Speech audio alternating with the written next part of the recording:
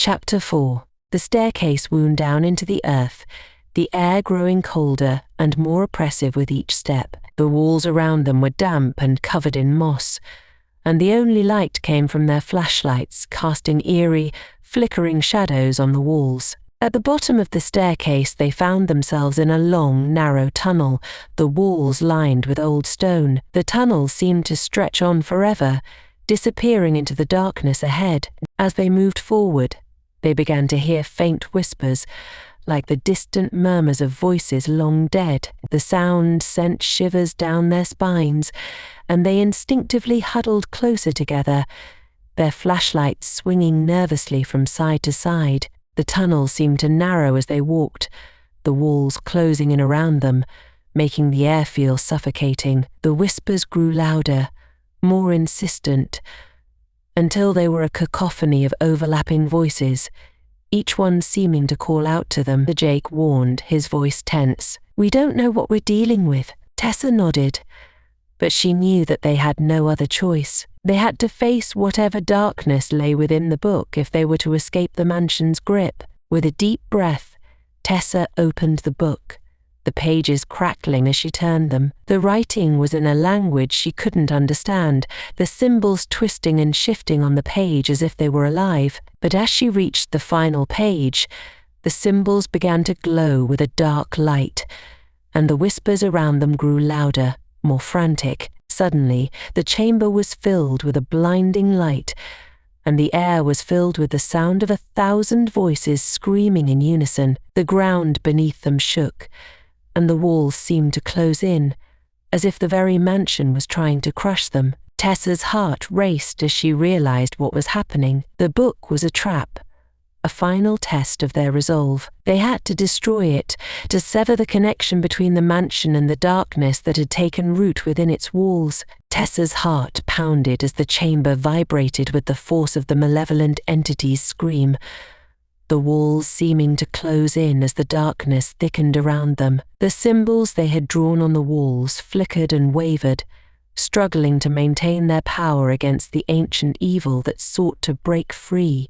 Ryan's voice was strained as he chanted the ritual words, his energy flagging as he fought to keep the darkness at bay. Sweat dripped down his forehead, his voice faltering as the power of the ritual threatened to overwhelm him. The others could see the fear in his eyes, the dawning realization that they might not be able to contain the force they had unleashed. The chamber was filled with the deafening sound of the entity's rage, a bone-chilling wail that seemed to shake the very foundations of the mansion. The ground beneath them trembled, and the walls creaked threateningly, as if the mansion itself was tearing apart under the strain. "We're losing it," Emma shouted, her voice barely audible over the roar. "We have to do something, now." Tessa looked around desperately, her mind racing as she tried to think of a solution. The key she had found had helped before, but now it seemed like it wasn't enough. The wicked force was too strong, too ancient, and too deeply rooted in the mansion's dark history. It was as if the entire house was fighting against them,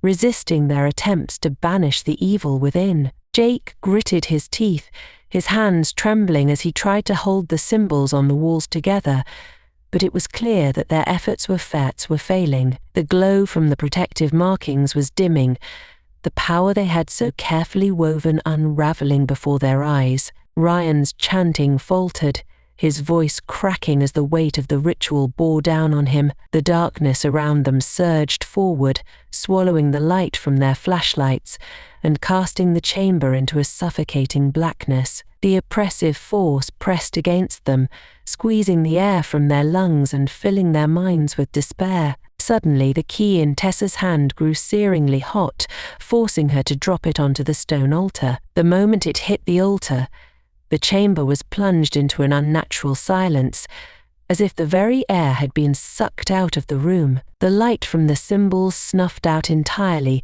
leaving them in complete darkness. A low, sinister voice filled the chamber, echoing off the walls and reverberating in their minds. "You thought you could escape me," it whispered, the sound like nails scraping against stone. "But you were wrong.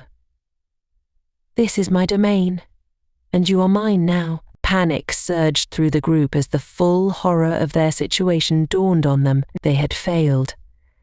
The ritual had been incomplete, the power of the mansion too great for them to overcome. The entity that had haunted the mansion for centuries was free, and it had claimed them as its own. The air grew colder, the darkness thickening around them like a living thing, pressing against their skin and filling their lungs with icy dread. They could feel the presence of the entity all around them, its malevolent gaze piercing through the blackness, watching, waiting. Tessa tried to move, to reach out to her friends, but her limbs felt heavy, as if she was sinking into the floor. The shadows seemed to coil around her, pulling her down into the abyss, and she realized with a cold, sinking dread that they were not going to escape. "We can't," Ryan began, but his voice was cut off as the darkness swallowed him whole, his form dissolving into the inky blackness. Emma screamed, but her voice was muffled, as if she were shouting underwater. She reached out for him,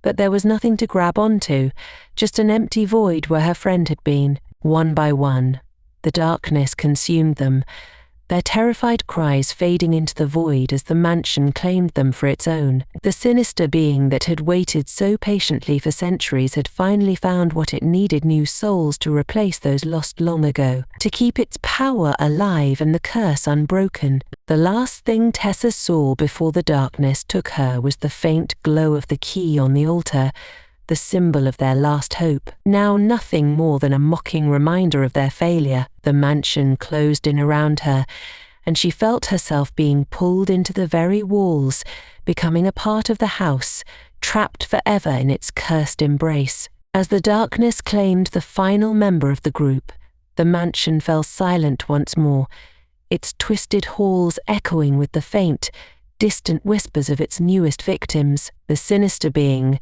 now fully awakened, settled into its home, content in the knowledge that it would never be alone again. Outside, the sun rose over Ravenswood, casting the small town in a warm, golden light. The townspeople went about their day, unaware of the horrors that had unfolded just beyond the town's borders. The mansion stood as it always had, silent and foreboding, its secrets hidden away from the world. And within its walls, the souls of Tessa, Emma, Jake, and Ryan joined the countless others who had been claimed by the darkness, their cries for help lost to the ages. The mansion's curse remained unbroken, its sinister legacy continuing for those who dared to challenge its power. For those who enter Ravenswood's mansion, there is no escape, only the cold, unending darkness that waits to claim them, just as it always has.